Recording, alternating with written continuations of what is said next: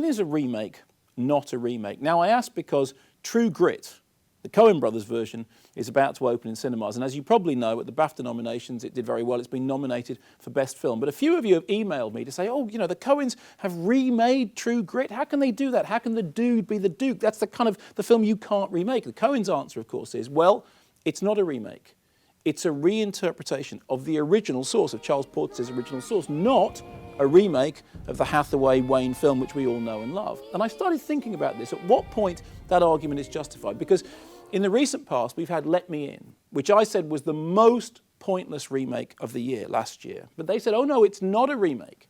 It's an adaptation of John Lindelof's novel that happens to have been made before, but we are going back to the source to make something completely original. I started thinking about John Carpenter remaking The Thing from Another World. Of course, his argument was, well, he loves that film, but what he was doing with The Thing was to go back to the source novel, John Campbell's source story, Who Goes There, and to do things that they were not able to do the first time around because of the growth of special effects, to take the shape-shifting elements of that original story, which really aren't in Thing from Another World, which essentially features James Arness as a big carrot.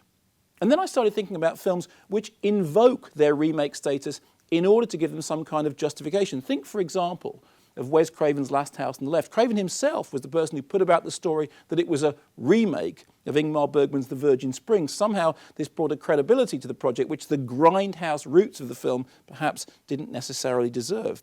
And then I remembered being told an interesting story by Kim Newman a long time ago when Road to Perdition came out. Now, Road to Perdition was directed by Sam Mendes, a very, very respectable director who we now know is making the new Bond film. Kim said, well, of course, you know that Sam Mendes has just remade a video nasty because Road to Perdition is based on a graphic novel which itself is inspired by Lone Wolf and Cub, which itself inspired the movies which became Shogun Assassin, which did indeed end up on the video nasties list. Sam Mendes was remaking a video nasty. So here's my question to you. True Grit, which I've seen and I like, I'm willing to buy that that's not a remake. But when is a remake not a remake? When is it genuinely a reinterpretation? Let me know. I will avenge Papa's death.